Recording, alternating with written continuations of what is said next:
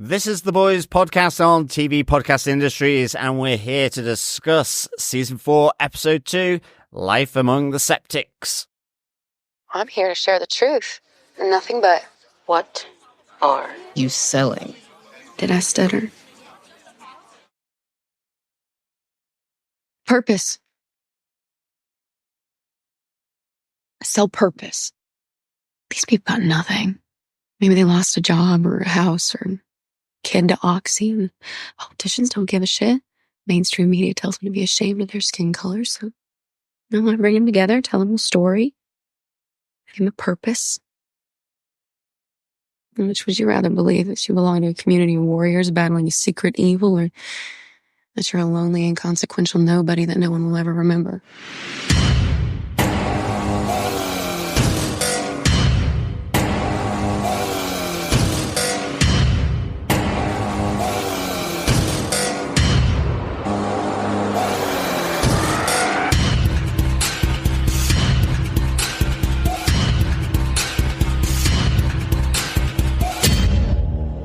Welcome back, fellow boys and girls, to The Boys podcast on TV Podcast Industries. We are here with Episode 2, Life Among the Septics. I am one of your postulating wounds, John. I am one of your other hosts, Derek. And rounding out this TruthCon-seeking truther, I am Chris. No affiliation to Firecracker, by the way. Yeah, let's hope not. No, absolutely. We like all different perspectives on this podcast, Chris, but maybe not. Oh, really? Chemtrails? Have you heard about chemtrails? I can tell you about chemtrails. Great stuff. Yeah, we were cracking on with our recordings for the first 3 episodes of The Boys Season 4. We jump straight into our discussion about the second episode of Season 4. Just a reminder, though, before we do, we will have our second pub quiz question coming up later on in the episode. And we do want to hear your thoughts about the show, so please keep emailing us into feedback at tvpodcastindustries.com with your thoughts as you go along through the first 3 episodes of The Boys. Yes, indeed. Derek, who gave us what, where, when, and why? And how? Well, the showrunner for the show is Eric Kripke. This is, of course, based on the comic book series by Garth Ennis and Derek Robertson. The executive producers for the show are Seth Rogen and Evan Goldberg. And this episode was written by Jessica Chow, who wrote Herogasm, the epic episode in Season 3, Episode 6, and also wrote the Tech Night episode of Gen V. So she definitely gets the interesting introductions of extreme characters and situations, doesn't she? Well, you can certainly spot Jessica's writing style. Yeah. She does like an interesting conga, let's just say that. Exactly. I feel like Eric Kripke writes the outline and passes it over and goes, this one's Jessica, you fill out the details. She definitely has a perchance for a particular kind of donut style orifice. Let's call it that. I guess so, but great to have her back for this episode again, yeah. Yeah, absolutely. Almost like a reverse daisy chain, I guess. Kind of like that. But this episode was directed by Karen Gaviola. This is the first of 2 episodes she's directing for this season, and she also directed 2 episodes of Shadow and Bone, interestingly, John. Excellent stuff. Love that show. Great show. Great show. Unfortunately cancelled. Unfortunately so. Yeah, that's Netflix, 2 seasons and end of your show. On a cliffhanger, of course. Absolutely. Well done, Netflix. You keep destroying the model. Absolutely. I'm sure there's books to read. Go back and read the books. I'm sure that's how Netflix deal with that stuff. Anyway, John, do you want to give us the synopsis for the second episode of Boys Season 4, Life Among the Septics? Reading? Sure. The boys follow Sage to the conspiracy theory convention TruthCon to find out why she's meeting with a bombastic suit named Firecracker who has a vendetta against Starlight. Meanwhile, Ryan gets his first public but staged save, stopping some bank robbers, but it goes tragically off script when Homelander shows up to take the spotlight from his son. Huey is furious when he learns that his mother has power of attorney over his father, awakening painful memories of the day she abandoned him. Annie reluctantly steps back into the role of Starlight to give hope to her supporters in the wake of Homelander's acquittal. And after Butcher finally reveals his terminal prognosis to the boys, Mother's Milk fires him from the team for keeping it secret for so long, fed up with Butcher's lies. Yeah, Mother's Milk. He's really harsh on him. I mean, I get it, but he is harsh. Yeah. And he also looks a little different without his beard. You know, it took us watching the first 3 episodes going, what is it? He hasn't recast him. That's definitely Laz Alonso. Yeah, there's something different about him. It was the beard. It's the beard. He shaved his beard. He's down to just a moustache and a tiny little bit of a goatee. I think he suits the beard. Different. He just looks really different. Yeah. I'm not particularly a huge fan of beards in general. Yeah, Chris. Yeah. Harsh. Except for Chris. I've said this before, Chris. You're aware of it. How many years till I have to learn this? I don't know how you've never taken my subtle hints and all the gifts I've bought you of razors over the years. Razors, like shaving foam, holding me down. Shave occasionally. Yeah. He also lost a load of weight. The actor lost I wouldn't call it weight. He bulked, if you want to call it, he bulked down. He was bulked down. He was like that kind of. He cut. He went cut. On the That's cut. A better. Yeah. That's the more gym focused approach of he just lost weight. He lost his muscle mass. Very good. Okay. But yeah, you can definitely see it. But he's still like an imposing figure. Either. Absolutely. Yeah, big time. Let's get into our boys' moments for the episode, the protagonist moments for the episode. Oi, oi. Who wants to take this one off first, guys? Yeah, I'll take the boys off first with my protagonist moment. Mm-hmm. It's kind of just following on around Frenchie's crush on Colin, but also... Ultimately, Frenchie has a secret, and this isn't just Colin. We learn here that Frenchie was actually responsible for the death of Colin's whole family. Oof, so he's certainly never going to be able to meet his parents, Colin's parents. Well, he did already, I suppose. Well, he did already, but he also murdered them. Yeah. But also, Colin doesn't know this. And in some ways, it explains the reasons for, in a sense, his kind of standoffish sort of way at which he is dealing with Colin. So, I mean, you know, he's happy to go in for a good old snog and to bed him, but then doesn't want to hang around, you know? Yeah. So there's an awkwardness, guilt, I should say, that Frenchie is playing out at the moment in secret, and Colin, I suspect, doesn't know. I don't think this is kind of a plant where he's going to be he will have known about it and is doing his own thing. This is definitely something that is going to be probably pretty bad. I mean, even the fact that I guess it was, you know, when he was a spy from back in the day when he was Surge, you know, and effectively a spy contract killer. Working with Cherie, who held his chain as we heard her talk about it last season and set him on whoever she wanted dead. Now coming back to bite him. That's pretty bad. That's a pretty bad situation. We did see that the way the Frenchie met Colin, just because of the really awkward introduction where he's talking to Starlight last episode when we see the two of them meet each other. He's talking to Starlight and he's like, I knew we get on well from the first time I met you in group. And Colin kind of walks away going, it's supposed to be an anonymous group.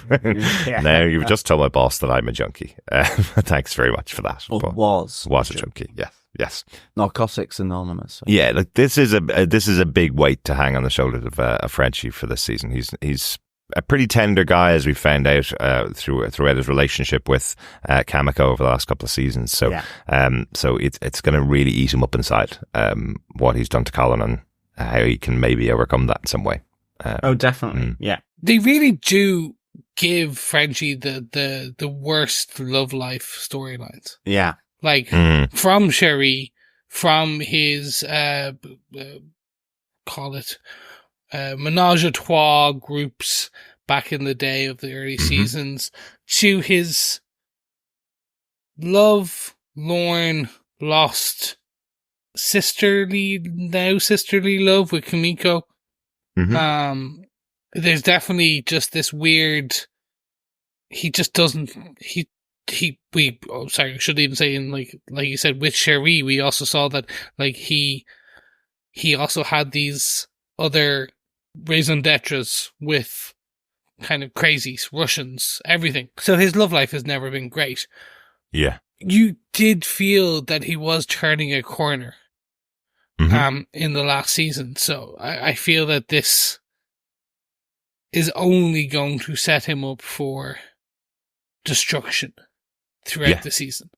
Absolutely. Really just kind of giving him the worst of the worst. And giving him his own death wish, if you will.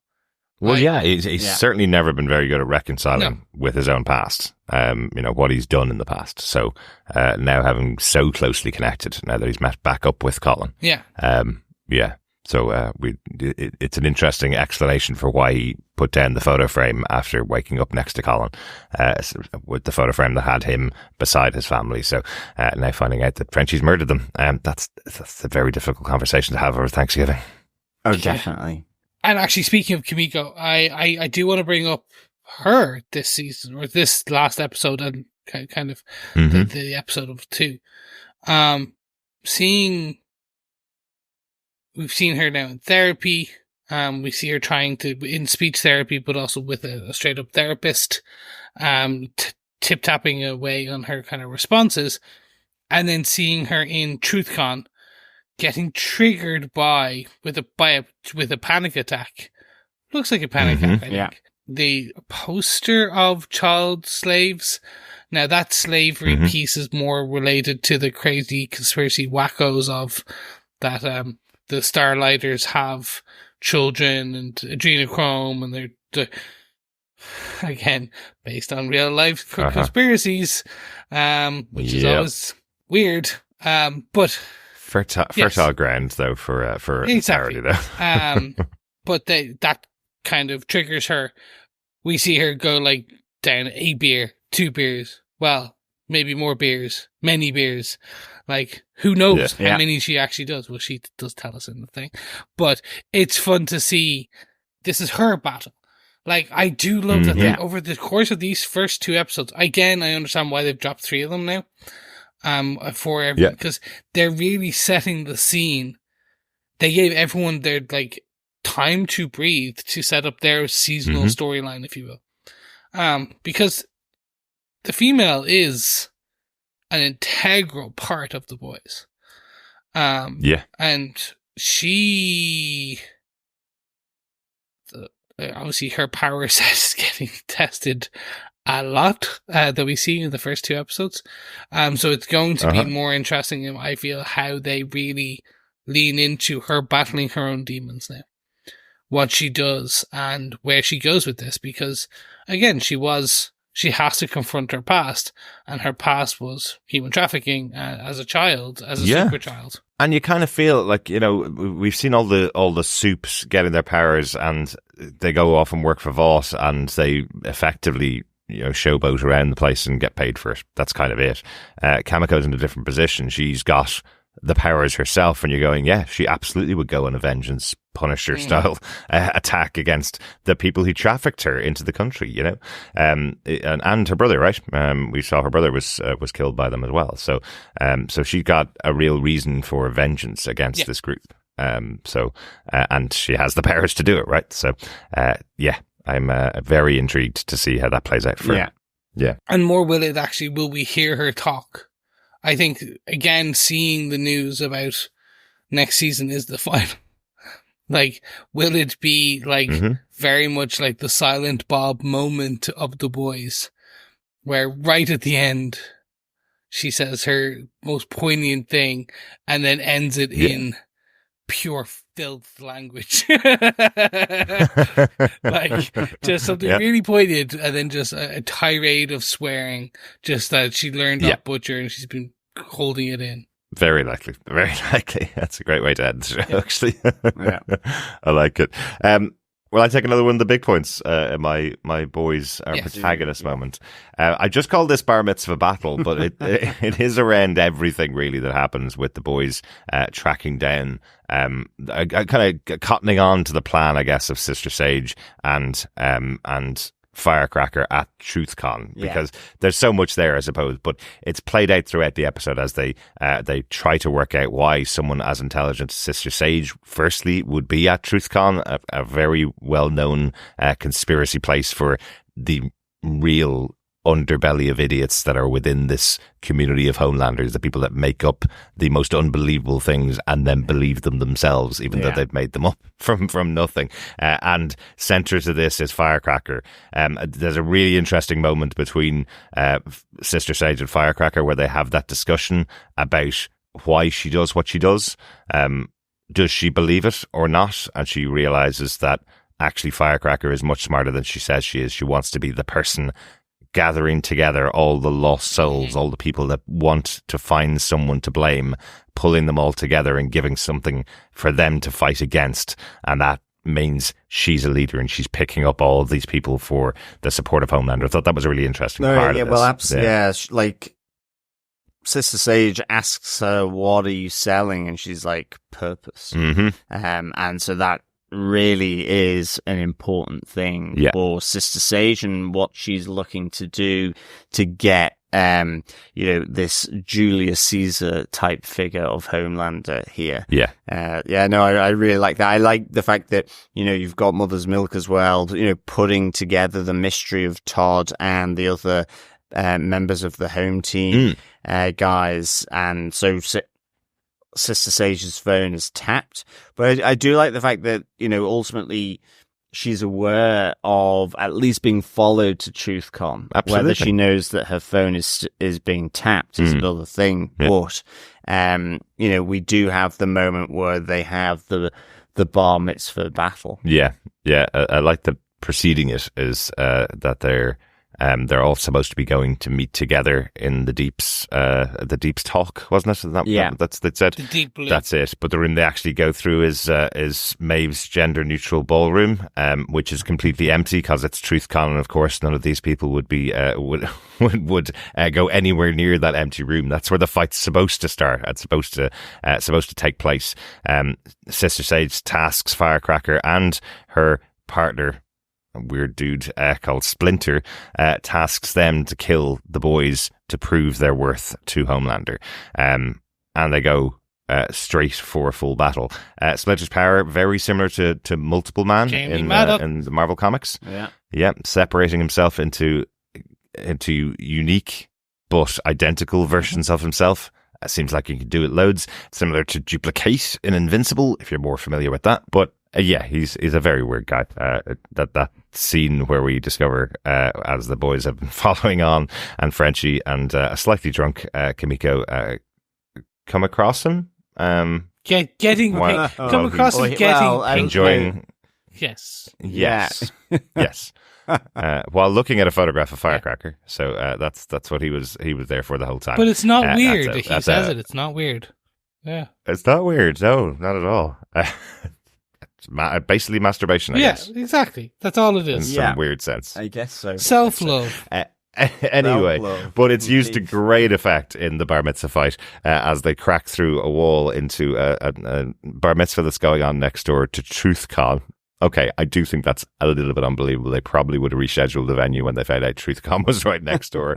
But I love that it's a Marvelous Mrs. Maisel themed bar mitzvah as they're all holding the young woman up as the music's playing, and this insane fight breaks into the room with Splinter completely naked, or 7 or 12 versions of Splinter coming into the room completely naked as he's splitting more and more into different versions and getting into this fight. But it is hilarious. It's top quality boys fight scene. It was such a good fight. Yeah. Really liked it.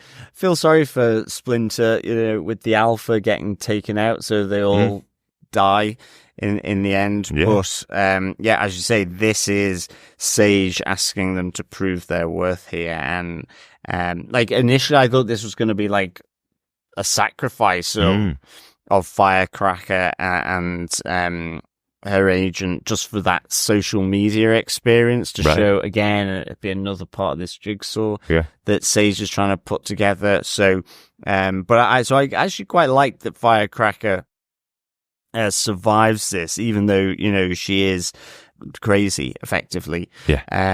But it is a great fight. It is. For sure. Yeah. Yeah. And they're only saved by Butcher coming in to save them, right? Yeah. Yeah, Butcher comes in to do the final stop. All the versions of Splinter jump on top of him, and then the rest of the boys actually save Butcher. Yeah. Trying to get him out of there With as his well. trusty Well, it's crowbar. yeah. Trusty. Yes. Trusty. Some people yeah. have a trusty weapon, like what would you call it? James Bond has his Walter PPK. Butcher Uh-huh. has his big black crowbar. Yes, Mhm. if there was a toy of Butcher, I'm sure he'd be coming with this black crowbar as well. I'm pretty sure there Definitely. has to be a sideshow I'm sure there collectible is. of it. I'm sure there is. Um, But I thought this is a really good scene. Really enjoyed it. I love this whole aspect of it. Like every part of this, again, because it's so close to the truth, at TruthCon. But also just seeing it lend then into, from the very realistic to the fantastical, back to the realistic. When say Sister Sage is talking to Firecracker, and then just rolls forward into that very boys over the top violence action. So again, what the formula, the recipe that they perfected over the last 3 seasons, which is we're gonna be kind of very much, we're gonna poke fun at the real world. We're gonna give you some super heroics. We're gonna poke some more fun, but we're gonna make sure that you don't get too stuck on it. Don't worry. Absolutely. Here's someone getting a crowbar through the skull. It'll be fine. With the fun thing of like the Jamie Maddox multiple man, like him just kind of constantly splitting himself. Yeah. And them all like going, oh God, that's disgusting. Like you see MM's face and he looks like he's about to throw up. It's fantastic. Absolutely. Really, really good. You're right, Chris. There's sometimes I think that's in the writer's room for the boys. They have they're channeling Jason Lee from Mallrats when he's having the conversation with Stan Lee about all the sexual things that the characters of the Marvel Universe would be doing. And sometimes I feel Eric Kripke and the cat and the team around him are like, so if Multiple Man was pushed to the extreme, what could he really do with his powers that would really shock people? You know, that's how I think they come up with some of these characters and how they show them on screen to just be as disgusting and despicable as possible, because that's the starting point. If you're a soup, you're disgusting and despicable. And by the way, just want to call out as well, Firecracker's actual power is that she can snap her fingers and some sparks come out. She can ignite a firecracker with her fingers, but it does nothing other than set a firecracker off for half a second. Like it's. But she's also slightly strong and has a bit of invulnerability. Right, right. But if you needed your birthday candles lit, call Firecracker, basically. I know it's jumping to the next episode, but it is just so pertinent for here, where we find out that Firecracker used to be known as Sparkler. Yes. I just love that. That's true. Yes. I mean, still, you can get a nasty burn from a sparkler, but I just love that. It just sounded so pathetic. It did. You know, next to Homelander. Yeah. I mean, even like Sister Sage, it's the fact that you can tell Homelander, in a sense, doesn't really he values her intellect and her advice, absolutely, but I think he still prizes strength and laser eye, not pink eye, I hasten to add. Very true. Over that. And without a doubt. Over the influence that Firecracker can do. He knows she's useful. He knows he shouldn't want to be surrounded by sycophants and idiots. But exactly as Sister Sage said, he can't take not being the smartest person in the room. She knew exactly what was going to happen with him. There's some very real danger there for her putting herself in these situations as well. But she thinks she can outsmart him and keep herself alive, I guess. Yeah. But yeah, he can just snap in a second, and it feels like he may do with someone that's smarter than him in all situations. Yeah. So, interesting one. To probably come back to later on in the season, I guess. But let's get on to our antagonist moments from the episode. You're not the real heroes. I'm the real hero. Will I start on my antagonist moment of the episode? Go ahead. Yeah. It's just a small one because we talked about it a little bit last episode about the three other members of the Seven. I think there was a bit of a joke about the fact that the Seven have never actually been a numbered seven, that they never reach seven characters, even though that's their name. But the one member of the Seven that we were talking about last episode, A-Train, who didn't take out one of Homelander's supporters, the three top fans, he was in shock about being asked, and here we see that he's questioning himself, I suppose, quite significantly, or questioning his allegiance and what he's being made to do by Homelander.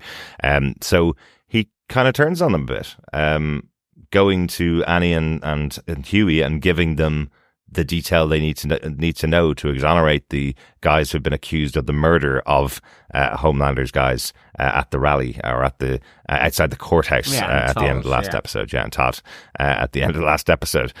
So that's a really interesting move for A-Train here. That A-Train would be starting to turn against the Seven. Well, that's it. And I mean, it's kind of preceded as well by the fact that, you know, he's confronted by his brother who in the wheelchair, Nathan, as he's effectively lying to his nephews about his wins and his saves and all of that. And, you know, whilst being watched by Hughie and Starlight from across the street as they're tailing him. But, you know, this kind of confrontation from Nathan is that, you know, you're lying to my nephews. You know, you've never saved anyone. They're all set up. They're all staged effectively. And he says to his sons, your uncle is no hero. Which is pretty harsh for A-Train to hear. Absolutely. You know, but he tried to use the hype that Vault created for him to get his nephews back on side. You know, I do love it when his brother's saying, you know, well, I was there at the time. I know that was all CGI. I know those mountains are actually a backdrop in a different place. You never left the studio. Everybody there was actors, so I was there. And the kids turn on their uncle and walk away. So really like that. But I suppose what can't be stressed enough is how much A-Train has gone through with Annie and Hughie, and how much Hughie's gone through with A-Train and Annie's gone through. You know, he is the first Soup really that Hughie ever met. Hughie used to be a fan of Soup's, and A-Train ran through his girlfriend in the first season, right? So they've got a big bugbear between the two of them. And again, I think towards the end of season 1, wasn't it, where Starlight went up against A-Train, the two of them have fought against each other as well. So interesting that he would go to them to give over this information. It feels like a big turning point for the character. 100%. And I think it's going to play further into, because when you have the smartest person in the world, when you have someone who knows when you're lying, those two additional, and that's who you're going against or turning on, or just every now and again doing the right thing. Like, it's just going to get messy, and I'm here for it. Because Absolutely. We saw, like, A-Train's back, sure. But, like, he nearly KO'd and gone last season. So, it's like, he's not long for the world. And again, one thing we know about the boys and Eric Kripke, when your time is right for the story, you're gone. There's no one is safe. They could kill off Homelander this season, and I would still go, yeah, that makes sense, and like 100% in, because even if knowing it's ending next season, I can see them, like, no one, it's Game of Thrones level kind of. Absolutely. It's just like, you go in every episode going, well, hope you're alive, I like you, we'll see you in 60 minutes. Exactly. But again, it's also seeing over time, and many people defect from Homelander's team. You know, obviously we've had Maeve and we've had Starlight, who were both members of the Seven in the past. They defected to the other side, and now we have A-Train here, possibly defecting as well. So, it certainly seems likely, given what he's going through. How long has the Deep got left? Well, given what he's been willing to do for Homelander. I mean, although I think the Deep is just generally more shallow. He That's the problem. He's not very deep deep at all. I think that's the issue with the deep. Yeah. But I mean, I think speaking of, being heroes, I think to my 7 moment here is actually around Ryan, and them effectively Vought developing his backstory and preparing him for his first save in the same way that A-Train. So very rehearsed, very staged, and so on. Interestingly, we have Sister Sage again sort of undermining Homelander here by saying it needs to be Ryan doing his first save. Mm-hmm. It was all going to be about Homelander and him introducing his son here.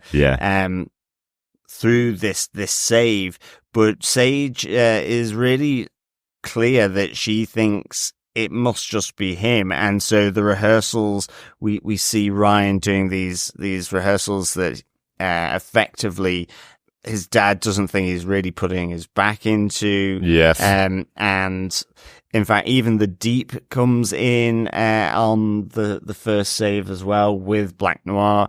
And I like this for 2 reasons. One, with the Deep being so we're talking about whether the Deep would sort of follow A-Train possibly. Here, he kind of is taking on Sister Sage's advice that we see Ashley really talking him down, and Sister Sage is saying, why'd you let her do that to you? Yes. You're a superhero. You're far superior to her. Yeah. We do have a great moment where, she is evolutionary equivalence of a capybara, and he's like, what cappuccino? Which is hilarious. So funny. And again, but he takes on Sage's advice, really threatening Ashley. Don't talk to me like that. You can see her rattle. But so there's that element to this kind of Ryan's first save. Yeah, he threatens to drown her in her own toilet after he's taken a piss in it. Is basically the threat, and it's when Deep turns like that, or when Ashley's put in those situations, actually more than everything else, she feels like a really strong character at all times.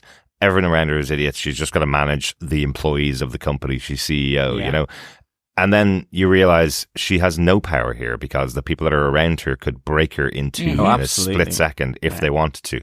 And it's like Sister Sage just told Deep, remember how powerful you are here. Don't ever let her talk to you like that. And Deep went for the jugular on that. That's so it's an interesting little tell, I think, there for the Deep in this rehearsal scene. But the other one I really like is the director, the writers, and the writers saying, "Oh, fantastic! Ryan's complexion is like butter." The dawn of the 7 required the ironing of so many wrinkles that it put the VFX over by 9 million, which put it on par with Sex and the City 2. I love neck fold versus neck fold on par. It was just hilarious. That they were just sort of realizing that, okay, this is going to be cheaper, we're going to be within budget because we're not going to have to deal with wrinkles and neck folds. Because bane of every photographer in VFX. Yeah, exactly. So I just thought, fix it in post, and editor, Chris, an editor. Just so hilarious. But ultimately, when it comes down to the final take, we have poor stuntman Coy effectively getting splattered against the wall in the first rescue. I love that Ryan's like, I killed Coy. Just kind of like this sort of like whimper for help because his dad has come on the set and again is trying to be front and center. But again, it comes back with Homelander not understanding, in a sense, why his son is so sort of upset over Coy. And, is that you don't understand your place in the hierarchy just yet. And then just to go, here you go, I got you this milkshake. It's like, poor Coy. you know? Absolutely. And then when he completely fails to calm Ryan down, Ryan's bawling his eyes out at the fact that this guy who's worked really hard with him over the last couple of weeks setting this whole thing up, and he'd murdered him accidentally. He doesn't calm down at all, and then takes both milkshakes back, walking out of the room. It's like, you're not getting a milkshake now, son. Exactly. You know? It felt really petulant. I just loved this whole thing of the first save, and it comes in, links in with what happens with A-Train there with Nathan and his nephews as well. So yeah, really good sort of thing, and yeah, some great, like the shock moment of Coy actually being sort of swatted away by Ryan, but also I totally wasn't expecting that at all. Again, it was one of those ones where I know that the show goes for the extremes, but I wasn't expecting the splash and scroll down the wall of poor Coy. Exactly. The menace of the deep to poor Ashley, and just the hilarity of the 9 million neck wrinkle VFX being required, and sort of the deep's cappuccino instead of Capybara. Oh dear, it was so fun. I wish they had made a sashimi joke or something just about the splattered Koi. Just some form of fish joke. It would have been better. I loved all of this. Everything. I can't even. There's not much more to kind of talk about here from my side. It's just, for me, it was the. I do find it interesting to see where they go with the Ashley figure when the deep, the joke of the 7, the one that everyone has pushed around, talked down to, suddenly becomes a vertebrate and grows a backbone. Like when most of his, when most of the ones that he, like, the things that he loves, the thing that he has relations with, don't have one. So I just, I'm going to be interested. But again, also the splattered Koi was hilarious. Yeah. Koi carved. Yes. I'll jump in with mine just to close out our 7, and it's going to be one that's actually, it's about our bad guys, but it's not the 7 that you would usually choose. I'm going to talk about Huey's mom as our antagonist. Right. I know, slightly controversial, but we have known for a while that, like, the mum left because it was the kind of the jokes about Billy Joel, and when him, and back in season 1 or 2, was kind of trying to date Annie January, and he was telling her all these stories, and it's the Huey sob story. So I find it so interesting where they're going to go with this, because they brought the mother back into the life, who he hasn't seen up until the end of the last episode. Turns out she's been talking to Huey's dad for a while. They're kind of back in contact, and that now she has power of attorney, and that his dad is kind of full on and gone, put a do not resuscitate, a DNR in his will, or his kind of his decision making tree of when to kind of pull the plug. And it's Huey versus his mum. Like, this is the good guy, bad guy situation. Yep. So I'm so interested to see what they do with this, because we know she works for Vought. And so my brain goes, they'll do the silly little thing that we always know, that she secretly worked for Vought. She still works for Vought. She knows that's not even his mum. That's one of the shapeshifters. Or something like. But then the more I've thought about it over the course of the episode, I'm like, no, they don't need to go that outlandish with the story to make it both impactful and personal, because I feel to make the villain that you need for Huey out of this, Huey's always been the one grounded in reality to a degree. Exactly. Yeah. He's not the fantastical one. He's surrounded by the fantastical. So to make his archenemy, you make his antithesis, which is he's about family and kind of growing the boys. So you bring that against the foil is his mother, who abandoned the family, ran away. And if you bring her back in, you bring her on side, and then you break his heart with some kind of form factor later, however that is. I think that's going to be such a juicy antagonist moment. Like, and literally that she becomes then his true antagonist through this season. I think that's where they're going. But I definitely see that. And of course, you know, it's Hughie, so the guilt that he has of not answering that phone call from his dad, who was just calling to talk about another John Patterson book. You know, one of the hundreds that he produces seemingly every year about Alex Cross. I like those books. I must say, I really enjoyed them.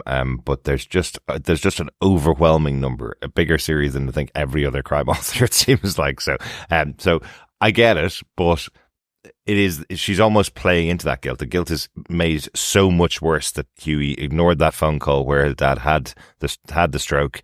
And now his mother comes in and goes, well, not only did you ignore that one phone call, you've been so absorbed with your other life with Annie and the Soups and the boys that you've missed the fact that your father was concerned about his health enough to put me on as someone to contact if he gets into a bad situation, and he's given me orders for what happens if we do need to do a DNR.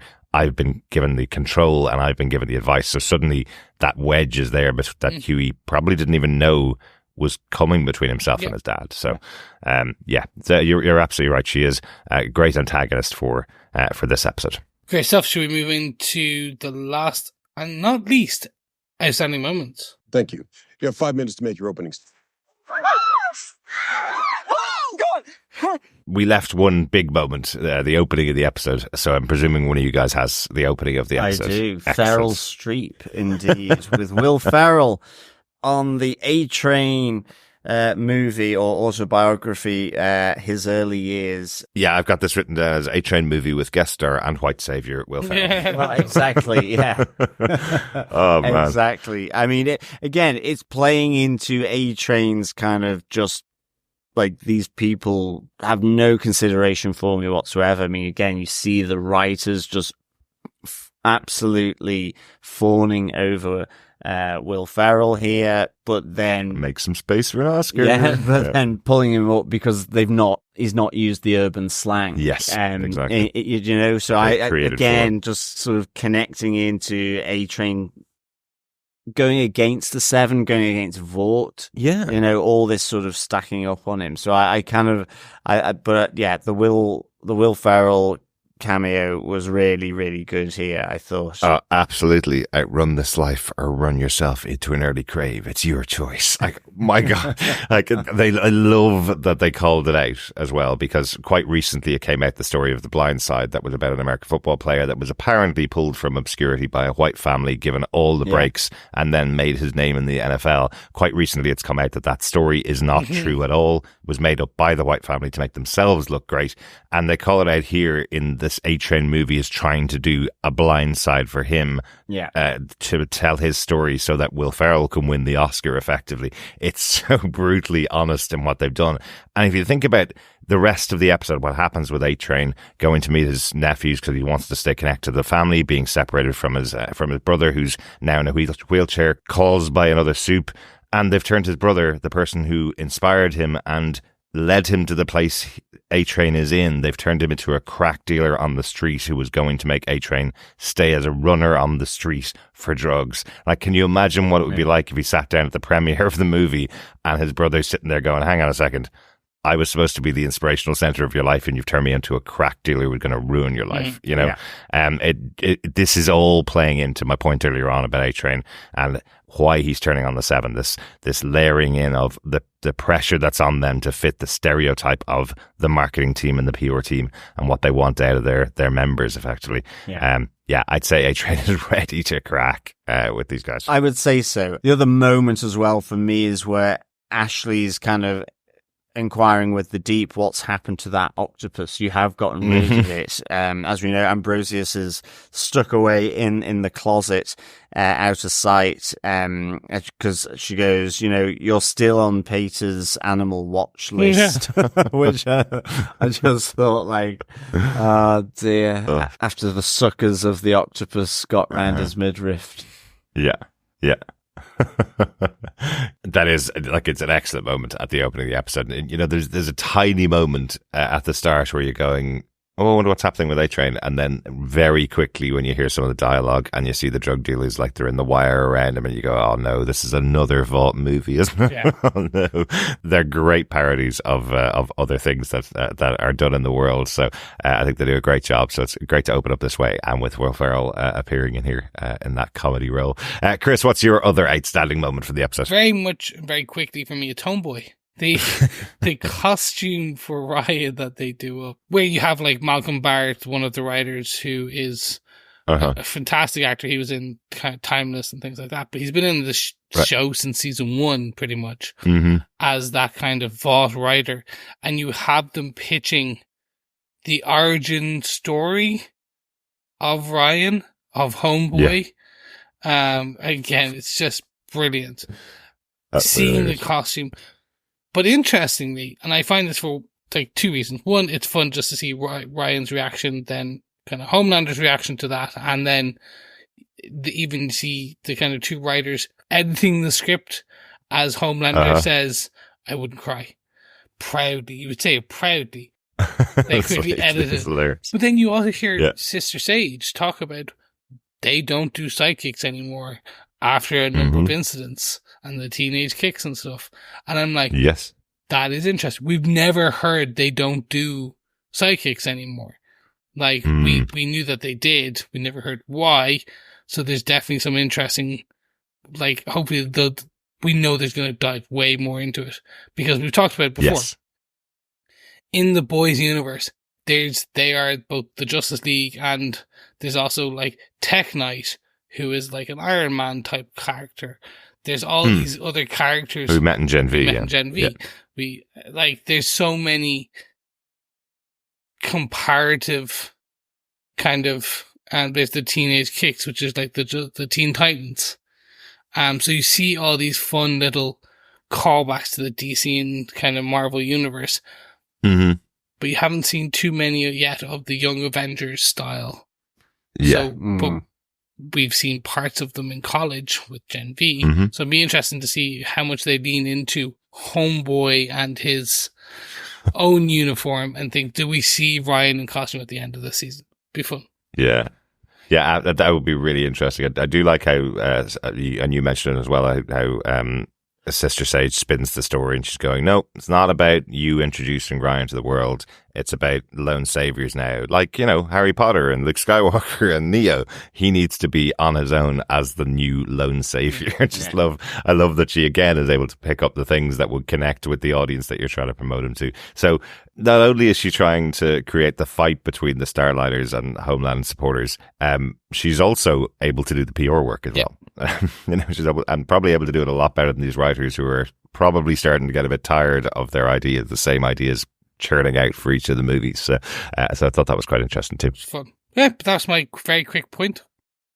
Great stuff. I just wanted to quickly mention the Butcher and MM fight. MM asserting his dominance now, saying, I'm now the leader of the group. Effectively, get out of here. They do throw a few punches, but there's just a great conversation between the two of them where MM admits the reason he came back was that he thought giving Butcher a final chance would mean they'd finally be brothers again the way they were many years ago. You know, they used to work very close side by side.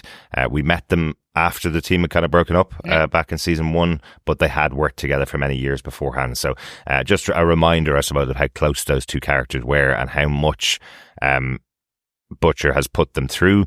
The episode ending really with Billy pleading to help him out, get his son out of this, and Mother's Milk going, if that happens, great, but this is too little too late. You can't just come back to me after everything you've done and plead with me to get your son back. Yeah. If we get Ryan out of there, fine, but I'm not going to be working for you again, basically. So I thought that was an interesting breaking apart again of their relationship. Yeah, it's really cutting. Yeah. Very cutting, but 100% they're going to end up working for Butcher again at the end. It's just, it's inevitable. Yeah. Unless his brain explodes, of course, exactly. at some point at the end of the series. Again, never know. You never know. Any other notes, any other points, guys, that you want to talk about the episode? Nothing from me. No, nothing from me. Fantastic. I really like this episode, I must say. Yes. I know there's always a bit of setup, and I know we always get 3 episodes of The Boys every season. The first episode felt like they were building. Second episode felt like you're right back in The Boys universe again for me. So really enjoyed it. Yeah, definitely. I agree. And I think like they continue to set up enough storylines that you're going, again, why are we? And we say I say this. I'm going to say that I say this every year. How are they going to get so much story in by the end of the season? Like it's so much. I say it every year, and every year they prove me wrong and go, yeah, that we did it. We closed it all off, and everything else moves into the next season. So yeah, just very interested to see, especially with what they've set up in 2 episodes so far. It's probably just because the gap's like a year and a half. I still can't remember all the details of the season 3 episodes that we watched 3 times every time we were podcasting about them. But a gap comes in and you go, did they really cover this much ground in 8 episodes? And then you come back around again and you go, oh yeah, they cover loads in these hour-long episodes. And more. Yeah, absolutely. John, do you have a rating for this episode? I do. I give this 4.5 Sex and the City neck folds out of 5. Pre or post CGI? Well, I guess pre okay. CGI. Or the CGI is just starting. That's why it's 4.5 instead of 5. Exactly. I was more going, if it's 4.5 post CGI, then you know they've done at least like 5x gone. So it's actually way more than that. But then I guess if it's pre, I'd have to do 4.5 million Sex and the City neck folds out of 5 million. Fantastic. Fantastic. I think we need to go to the pub, John, and grab an old pint and maybe a pub quiz question. Yes, fellow quizzers, fellow boys and girls, welcome to the second question of Season 4 pub quiz of The Boys. The question is, how many beers in total did Kimiko actually have? And that's her final answer. Yes. Yeah. Yes, don't add all the beers she said she had up because you get somewhere near like 40 or 50. Answer. Her final answer. John, do you want to give the question one more time? How many beers in total did Kimiko actually have? Fantastic. Add that to the first question from the first episode and the other 6 questions from the other episodes, and email us at the end of the series with all your correct answers to feedback@tvpodcastindustries.com, and you can be in with the chance of getting your hands on some Boys goodies for season 4. Great stuff. That's it for this episode. We'll be back with our discussion about episode 3. We'll keep the red flag flying here later this weekend. Thanks so much for joining us. Yes, thank you so much for joining us, and we'll speak to you again soon. Yes, thank you so much, fellow boys and girls, for joining us until episode 3 of The Boys. Keep watching, keep listening, and of course, keep feral streeping. Bye. Bye.